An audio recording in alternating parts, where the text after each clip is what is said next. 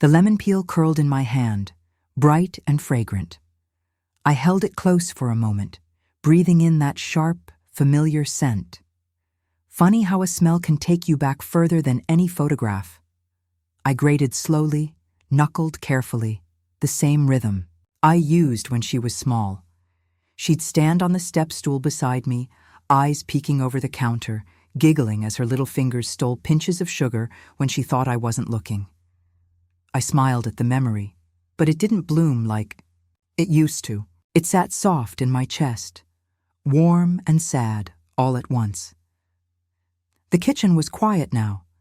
No tiny feet pattering across the linoleum.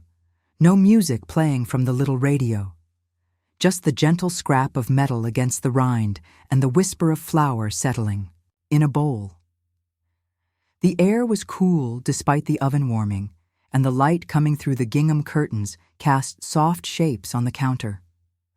I stirred the batter with slow, even circles, not rushing. There was nowhere to be. No one is coming. No reason to hurry. I wasn't baking for anyone this time, just for me. And maybe for the part of me that missed being remembered. 3 eggs, lined up beside the bowl. I cracked each one with practiced care, letting the yolks slip into the batter, the shells into the bin. The motion felt familiar, rehearsed, like tying an apron string or folding dish towels. Things I've done thousands of times without thinking. But today, every movement carried weight. Not heaviness, but meaning. I wasn't distracted. I wasn't waiting for her to come running in asking when it would be ready.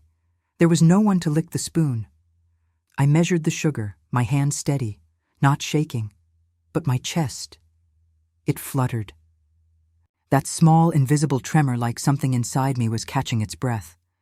I pressed my palm against it for a moment, then let it go. The breeze through the window felt kind, lifting a wisp of hair from my forehead. Outside, a bird chirped brightly. The scent of vanilla rose from the mixing bowl like memory. I didn't cry. I didn't need to. I just kept stirring. I was here. I was remembering me. The clock ticked, slow, loud. I told myself I wasn't waiting, but I looked toward the phone anyway, just glanced. Then again, it stayed still. No blinking light. No buzzing, just silence. I wiped my hands on the dish towel and moved to set the timer. But the tick of the wall clock filled the space like a metronome of disappointment. Every minute passed with a soft click, and with every one, the air around me grew a little thicker. Like the room was holding its breath for me, she always used to call before breakfast. Even just a quick, sleepy, happy birthday, Ma, and I'd tease her about forgetting the year I was born. But today, nothing. I went back to the counter, adjusted the oven dial though it didn't need adjusting. I thought about calling her myself, but I didn't. Instead, I listened to the ticking, each sound a small, undeniable truth. She forgot, and I remembered. Everything. The cake was done, cooled. I placed it on the good plate, the one with the scalloped edge she always said felt fancy. I took a single candle from the drawer. Pale yellow, bent slightly. I pressed it into the center of the cake, careful not to let it tilt. The match hissed, then flared. I watched the flame catch, steady itself. For a second it felt like it looked back at me. I didn't sing. I didn't make a wish. I just stood there, watching the light dance, remembering, not hoping, just honoring. The flame flickered as I leaned in and blew. It vanished without resistance. I stood still for a moment longer. Then I picked up the knife, sliced one piece, and set it on my everyday plate. No celebration, just quiet acknowledgement. This wasn't for her. It was for me. The first bite was warm, soft, bright with lemon. It melted on my tongue the way her laughter once used to. I chewed slowly. The chair creaked as I settled into it, the sound familiar, almost comforting. I glanced across the table instinctively. No one there, just my tea cooling beside me, steam rising in slow spirals. I didn't rush, didn't fill the silence with TV or music or memory. I just sat and ate, one forkful at a time. Each chew felt like a tiny pause, a space between remembering and letting go. The house didn't feel sad, just still, like it was waiting for me to sit with it, not fix it. I laid my fork down after a few bites, rested my hand on the table, felt the wood, solid, worn, like me. I stayed, with me, with the quiet, with the cake, and that was enough. The plate was nearly clean by the time I finished. I set my fork down gently, looked out the window. The sun had climbed higher now, a stronger light, reaching into corners the early morning hadn't touched. I sipped what was left of the tea, lukewarm but sweet, the kind of sweetness you don't notice at first. And as I sat there, I realized something strange. I didn't feel forgotten. Not really. I felt found. Not by anyone else, just by me. I had shown up. I remembered. I lit the candle. I stayed. It wasn't the birthday I once dreamed of.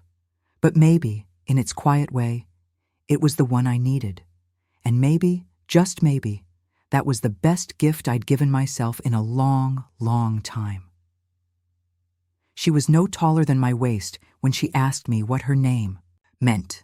Her fingers tugged at the edge of my apron, eyes wide and full of the kind of curiosity only children have before the world quiets it down. "It means light," I told her, "because you lit up every part of my world the second you arrived." She smiled, big and crooked, and ran off like she'd just been handed a secret no one else knew. I can still hear the way her bare feet padded across the old wood floors, soft, unhurried, hers. Now, when I say her name aloud, it feels different. It stretches out longer in the room, like it's looking for her and not finding her. The house doesn't echo the way it used to. It waits, and I wait with it. Sometimes I say her name just to hear it. Just to remind myself that she was once small enough to fit in my lap and loud enough to fill this whole place with laughter. There's a box beside my chair, my sewing box, the lids worn smooth from years of touch. Inside, spools of thread. In soft blues, faded reds, buttons in little bags, and scissors that stick now when they close. But they still work. I stitched so many of her dresses in this very chair. Sunday dresses with tiny sashes, Halloween costumes she dreamed up from storybooks, the hem of her first school uniform. Every stitch held something, her laughter, her spills, her tiny fingers gripping the edge of the fabric. Even now, sometimes, I run a bit of muslin through my hands just to feel it again. My fingers remember. They always do. Last week, I found a thread the color of the old sunflower dress she loved. It unraveled in my palm. I didn't tie it back. I let it go. When she was little, bedtime didn't begin with a yawn. It began with a story, a song, a hum that turned into words just soft enough to lead her into sleep.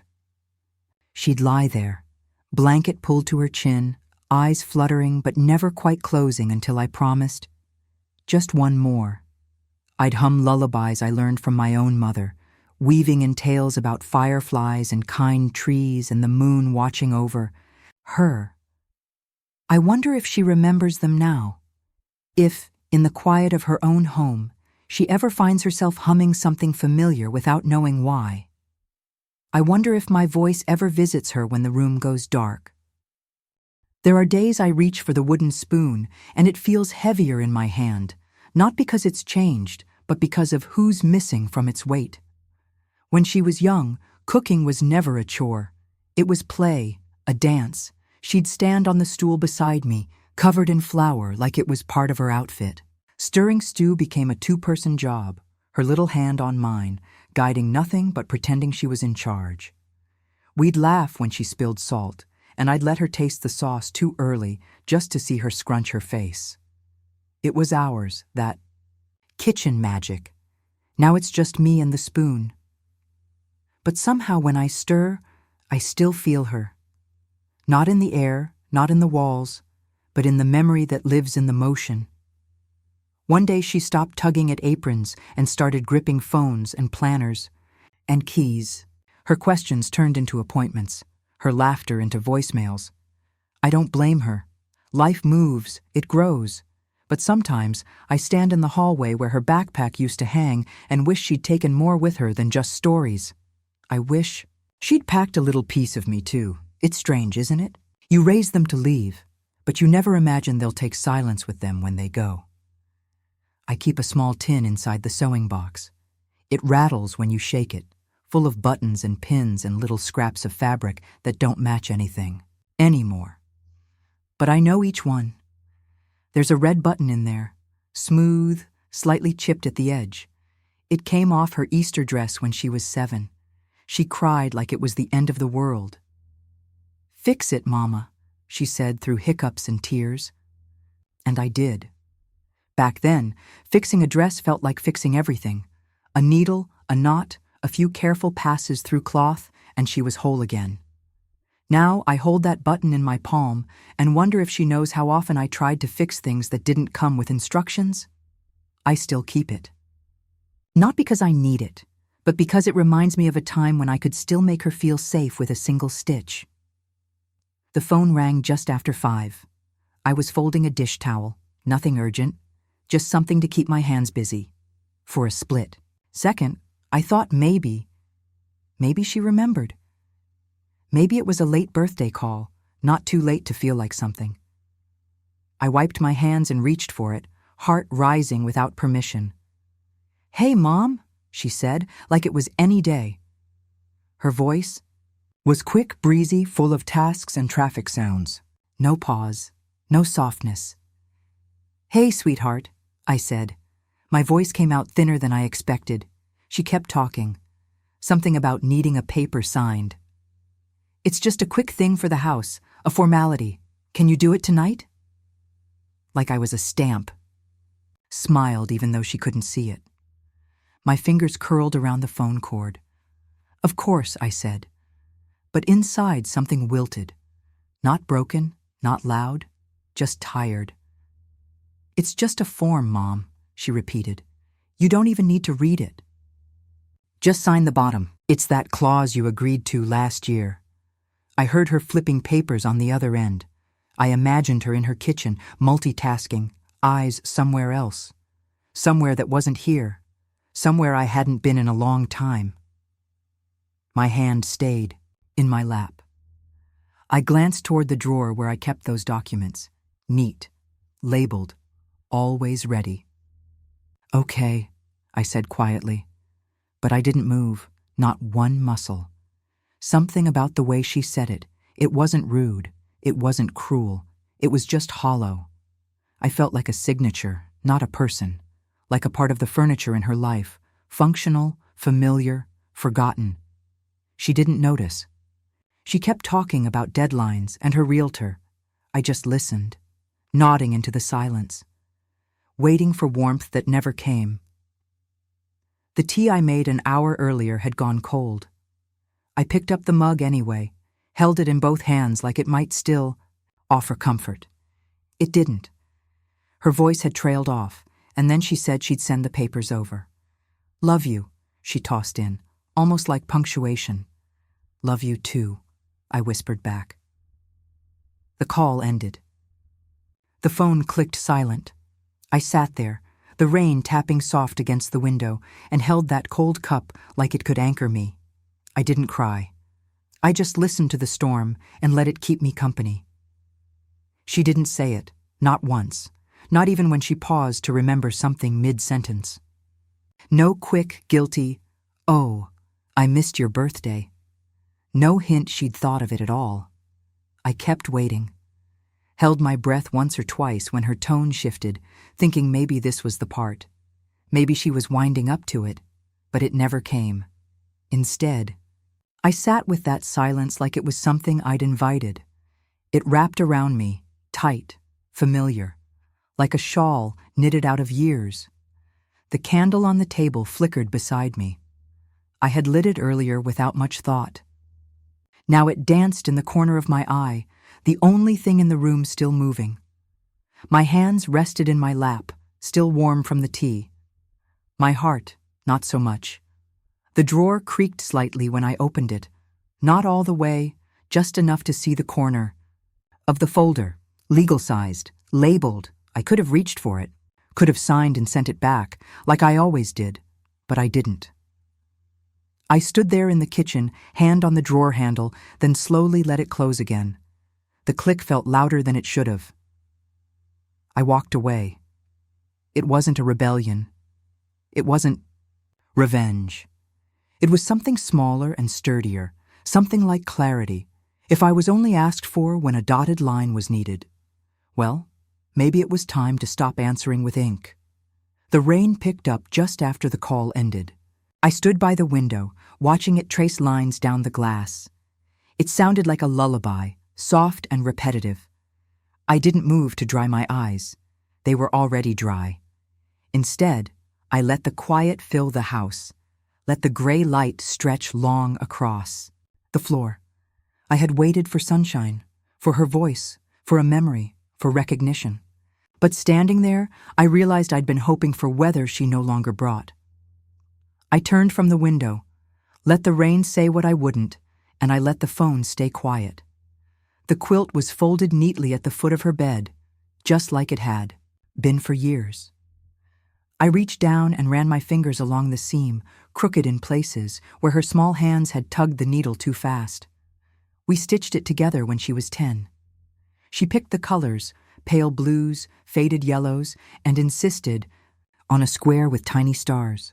"It'll be like sleeping under the sky," she'd said. I smiled, remembering how proud she was when we finished it. She giggled when the thread tangled. The way she stuck her tongue out when she concentrated, needle trembling in her fingers.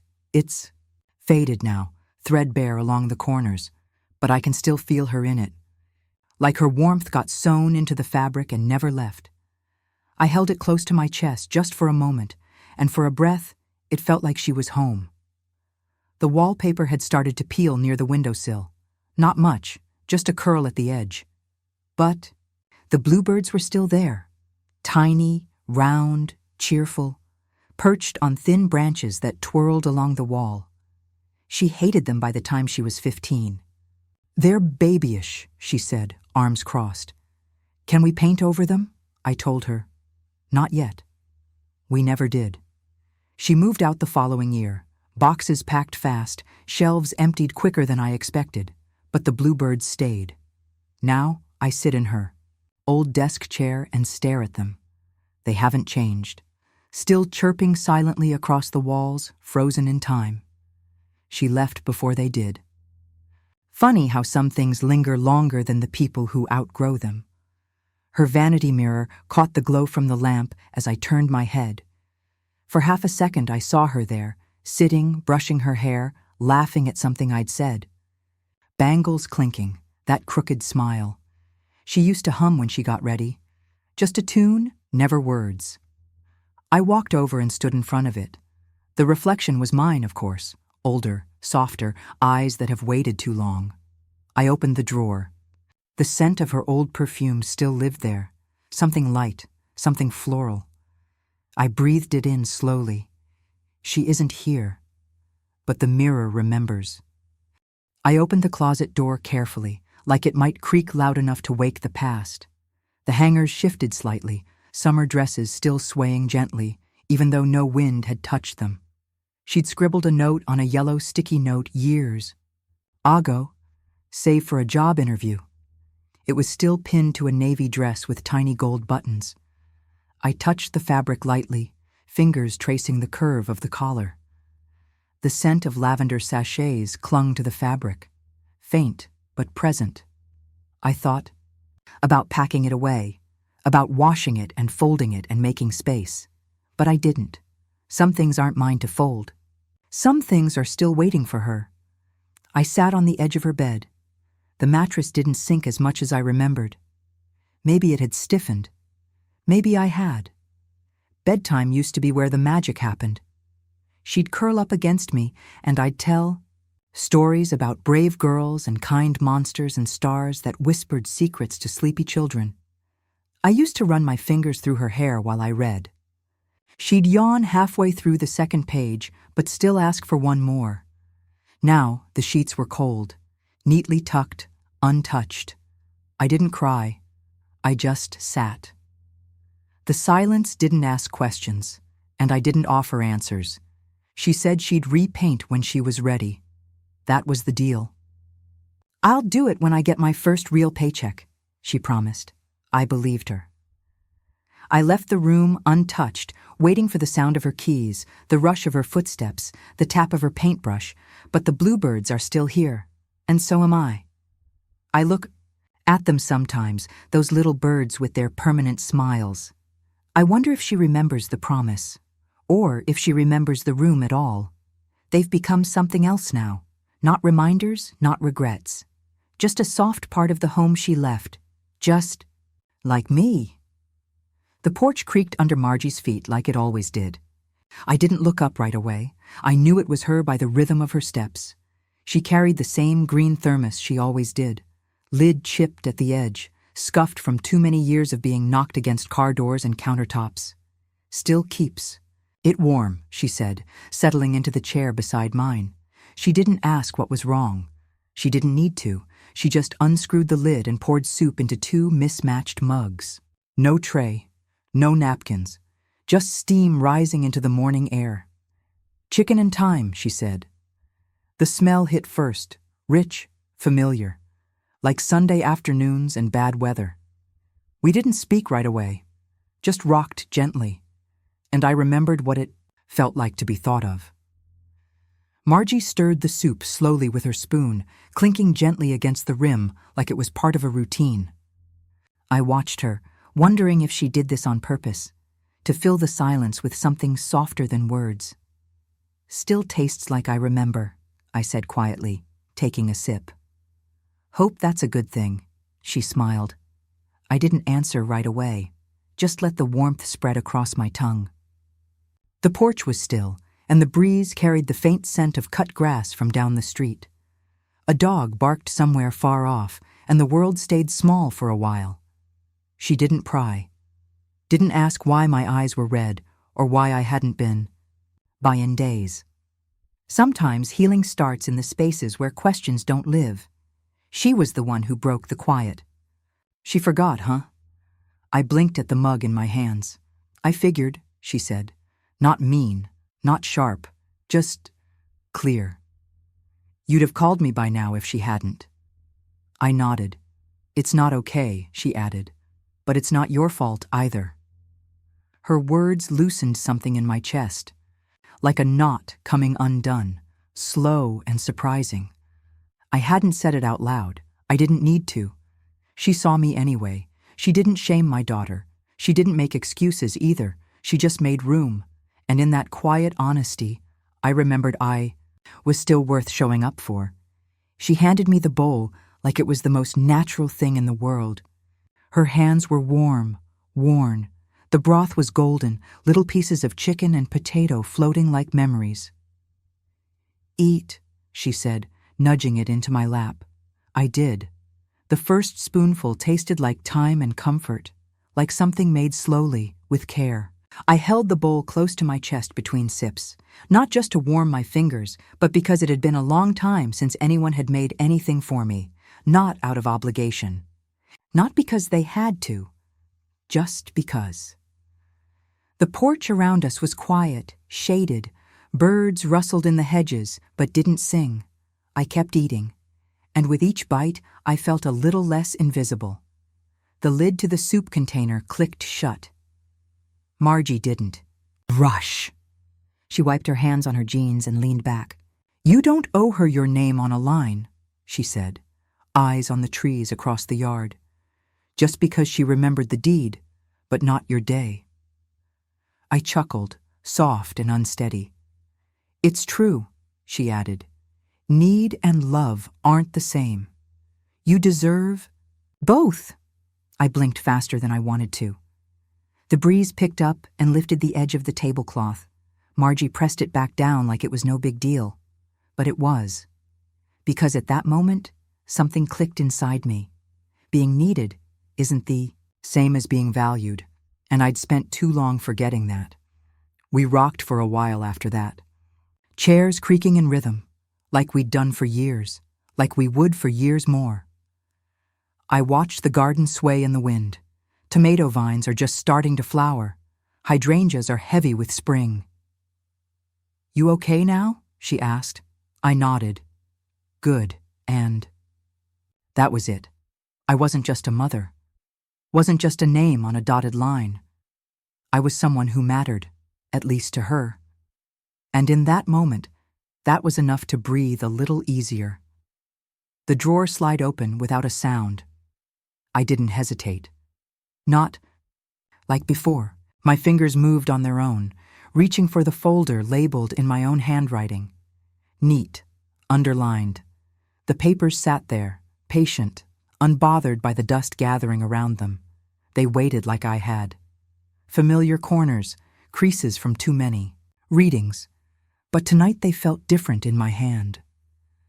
I laid them out on the kitchen table, the desk lamp casting a soft yellow glow. My breath felt steady. My fingers didn't shake, not out of nerves, not anymore. For the first time in a long time, my hands felt like they belonged to me. I read every line slowly, not because I needed to, but because I wanted to. Every word pulled me deeper, like I was retracing the shape of a life I'd tried to give away too soon. There it was, the clause, clear, tucked in the middle. It had once felt generous. Now it felt like erasure. My name is there, but only as permission, not as a person. I ran my finger under the line, thought about how much of me had been wrapped into that sentence, how quickly I'd said yes back then, how little had been asked in return. The window was cracked open just enough to let in the cool. The air smelled like night and rain and something else, clarity. I picked up the pen. Thought it would feel heavier. It didn't. It moved smoothly against the page like it had been waiting for this moment too. The ink whispered across the paper, soft and sure. No hesitation, no second guessing. With each word, something loosened inside me. I wasn't taking anything from her. I was giving something back to myself, the rustle of the page, the hush of the house. I heard it all like music, and in that small sound, that gentle scratch of pen against paper, I felt like I had finally answered a question I didn't know I'd been carrying. It wasn't about erasing her. I didn't cross out her name. I didn't draw a line through the past. I just added something new. Me. For so long, I'd been carving out room for her to feel grown. Always saying yes. Always stepping aside. Tonight, I took up space. I glanced at the photo on the edge of the desk, me holding her in the hospital blanket, face tired, heart full. I smiled, soft. Then I looked back at the paper, and I kept writing. Just one line, that's all I changed. But it was the one that once said, "Everything is hers." Now it said, "This home is shared, but still mine." The ink hadn't even dried, and I could already feel it. The air was different around me, like something had been swept clean, not scrubbed, not thrown away, just lifted. I leaned back in my chair, hands in my lap. The silence was whole, full, like the room itself had exhaled. I didn't need applause. I didn't need confirmation. I just needed that sound, the one a pen makes when it finishes something worth keeping. I folded the pages slowly, lined them up corner to corner. No rush. The envelope was already addressed. I slid the papers in, sealed the flap with a single swipe of my palm. Not with anger, not with triumph, just peace. The mug beside me had gone cold hours ago. I picked it up anyway and took a sip. Bitterness, warmth, resolve. Somewhere outside, an owl called, once, then again. I set the envelope down on the counter, And in that small, quiet moment, I knew I would never sign away my worth again, not even for love. The air was still when I stepped out. The sky held that pale gold glow that only comes right before the day opens wide. I hadn't slept much, but I wasn't tired. Something in the hush welcomed me, soft, steady. The porch rail was damp beneath my fingers. Mist still clung to the edges of everything. And for once, I didn't glance at the kitchen table where my phone sat face down. I didn't reach for it. I didn't listen to it. The light touched my cheek as I crossed the yard. It felt like something was whispering, "You're still here." And I was. The garden gloves were tucked under the bench where I always left them. The leather was stiff, bent in the wrong places from time and weather. I pulled them on anyway. They were a little damp, smelled faintly of dirt and rosemary. As I slipped them over my fingers, a memory came with them. Her beside me, years ago. Cheeks flushed from digging, tulip bulbs lined up like treasure. I smiled, a little ache, but no sting, just the warmth of remembering. There was no chatter this time, no muddy knees beside mine, just me and the morning. And somehow, that was enough. The first bulb sat in my palm, soft and sure. I pressed it into the dirt like a promise. They didn't ask who planted them. They didn't care who forgot or who remembered. They just bloomed when it was time. Each one went smoothly. Earth moved aside like it understood. I didn't rush. I gave each a home, a space to become something beautiful. That's when I realized I could too, not all at once, not like flipping a switch, but gently, the way flowers grow when no one's looking. The sun warmed my back, and I kept going. The porch door stayed open behind me, the screen rattling faintly in the breeze. I could see the phone through the window, still sitting where I left it. No buzz, no name lighting up the screen, and for the first time I didn't care. I wasn't waiting. The silence felt good, like an exhale, like it belonged. Sometimes we learn the difference between being alone and being abandoned. Today I knew I wasn't either. I was just quiet, and it was enough. I knelt deeper into the soil, hands firm in the earth. It gave under, pressure, soft and cool, like it had been waiting too. There was no one to impress, no clock ticking, no audience. Just me and the ground beneath me. The wind brushed through my hair and brought with it the scent of warming grass, the sweetness of tulip bulbs, and something deeper, maybe peace. I felt connected. Not to her, not to anyone else, just to myself, to this moment. And for the first time in a while, I didn't feel lost. I felt planted. I sat back on my heels when I was done. The bed was neat, simple rows, brown soil broken only by the promise of color to come. My hands were covered in earth. My breath is slow, my chest light. No phone had rung, no voice had said my name. But the birds did. One perched on the fence post, tilting its head like it knew, and I smiled, not because anyone noticed, but because I did. I had bloomed right beside them, quietly, and it was mine. She opened the door like she hadn't missed a thing. Balloons bumped against the frame, strings tangled in her fingers. They floated in behind her, shiny and loud, pink. Silver, one with glittery letters that said, "Happy Belated." I stood still, smiled the way I'd practiced. Not too wide. Just enough to make it easy. "Surprise," she said. "Surprise," I echoed, voice soft. The balloons swayed above us, weightless. She wasn't, and neither was I. She set the cake on the counter and let out a breath. "I've just been so busy," she said, brushing hair behind her ear. "Like that would smooth it over." I nodded. "I meant to come sooner." I nodded again. The chairs scraped gently as we sat. She reached for the coffee pot without asking, like muscle memory still lingered. I didn't argue. I didn't push. I didn't ask for reasons I'd already outgrown.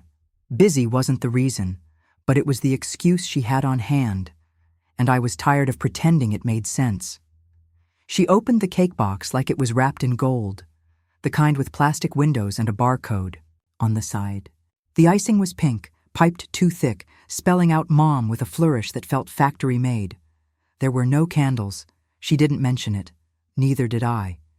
It smelled like artificial vanilla, the kind that clings to your teeth. I smiled, thanked her. She cut 2 slices, handed me one on a paper plate. I took it, set it gently on the table. Some years, you outgrow wishes. Some years, you stop pretending cake means celebration. But you eat it anyway, because kindness doesn't have to taste, real to be received. I poured the coffee while she fiddled with her phone. A quick scroll, a reply, a laugh at something I didn't ask about. The kettle hissed, filling the room with steam. I handed her a mug, kept mine close. She looked up, smiled again. Thanks, Mom.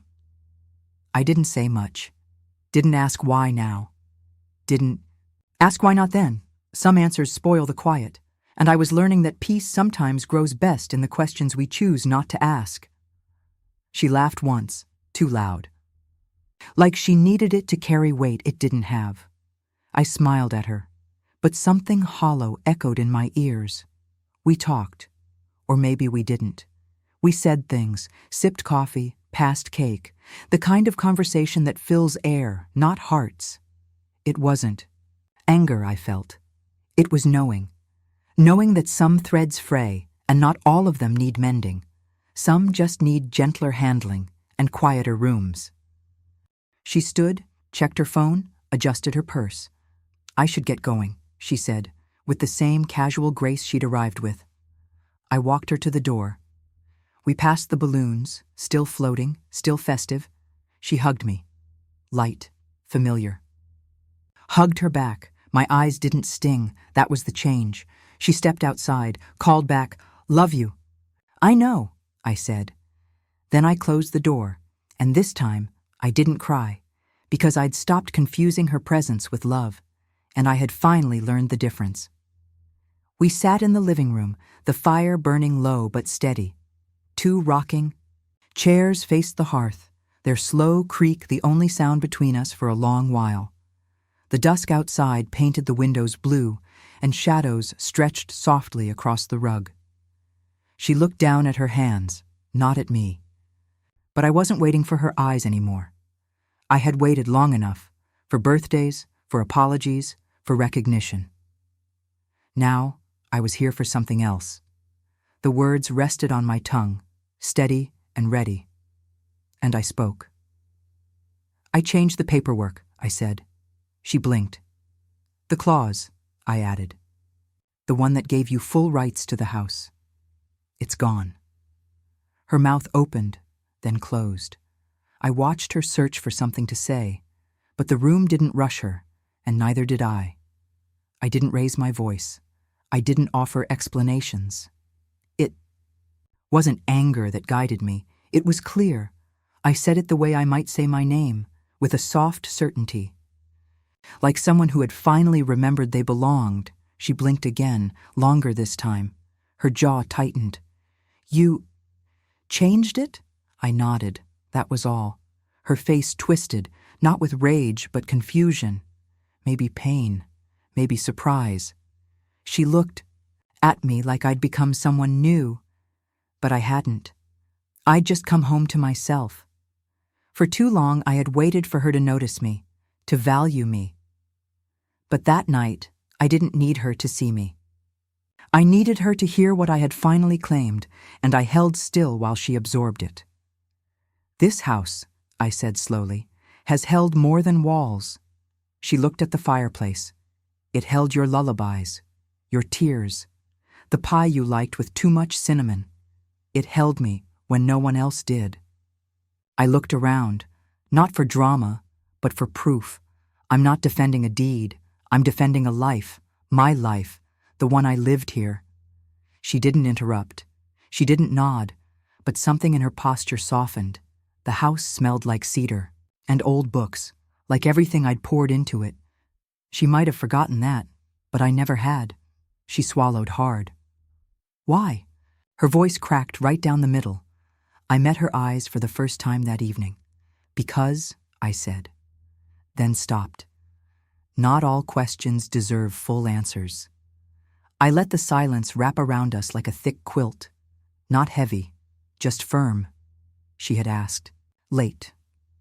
And I had answered enough. Some boundaries are not drawn with lines, they're drawn with quiet. She stood first, shifted her weight from one foot to the other, looked at the door, then back at me. I didn't rise. She smoothed the strap of her purse over her shoulder, her fingers restless. Okay, she said. I nodded. She turned toward the door. I stayed, not in defiance, not in the distance, but in truth, because this time I wasn't the one leaving myself behind. The morning sun spills through the window like honey, slow, golden, familiar. I sit in my usual chair, the cushion worn just right, tea warm in my hand. Outside, the birds have already begun their chatter, and the scent of lemon balm drifts up from the cup in front of me. I used to sip tea and glance at the door, waiting for a knock. Or watch the phone for a message that never came on time. But now, I don't look. The sunlight is enough. I am not waiting anymore. I'm just here. And that's something. They say holding on looks like fists. But I know better now. Sometimes, holding on looks like letting go of the need to be asked. This house, these rooms, these stairs, the cupboard that sticks, I didn't keep them from her. I just brought them back to me. Not like a prize. More like a returned heirloom I never should have lent so freely. The breeze slides through the open window and brushes against the photo frames on the mantel. This place isn't mine because I signed a paper. It's mine because I remembered I belonged in it. The floor still creaks beneath me, same boards, same weight. But it's not the sound of age. It's the sound of memory. Every step holds something. The night she got the flu and I slept on the couch to be near her. The argument near the stairs. The birthday where we danced in socks and frosting. No one else hears it. But I do. This house knows me. It doesn't need reminders written in ink. It has my rhythm stamped into its bones. I shuffle into the kitchen, and the scent of yesterday's bread still lingers. There's a song in the quiet now. I used to dance here when no one was watching. Today, I danced slower. But I still move. Used to mark birthdays, holidays, any day she might remember. I'd wait beside the phone, watch the calendar like it might bloom. But those dates don't live in the fridge anymore. Now, I celebrate what I see. Warm socks, fresh from the dryer. A lemon cake I bake just because I want a slice with tea. A memory that makes me smile out of nowhere. I don't need applause. I see me, and that finally feels like enough. The walls breathe differently now. They used to echo. Now they hum. The silence isn't so loud. It's settled, like an old friend, who no longer asks questions, only sits beside you in peace. The clock ticks. The sun lights the same corners it always has. Dust floats through the beams like bits of memory. No, this house doesn't belong to me because I proved it. It belongs to me because I never left. Not truly, and maybe that's what belonging really is. Staying, even when no one's watching. 1. Day, someone else will sit in this chair. Their feet will rest in the same indent mine have worn. They'll open a window and not know the stories it once listened to. But maybe, if I've done it right, they'll feel something. Not the claws, not the silence, not the waiting, just warmth. Maybe they'll look around and say, a woman lived here, she stayed, even when no one clapped. And I think that might be enough for a legacy, not the name on a deed, but the love pressed quietly into every corner of this home.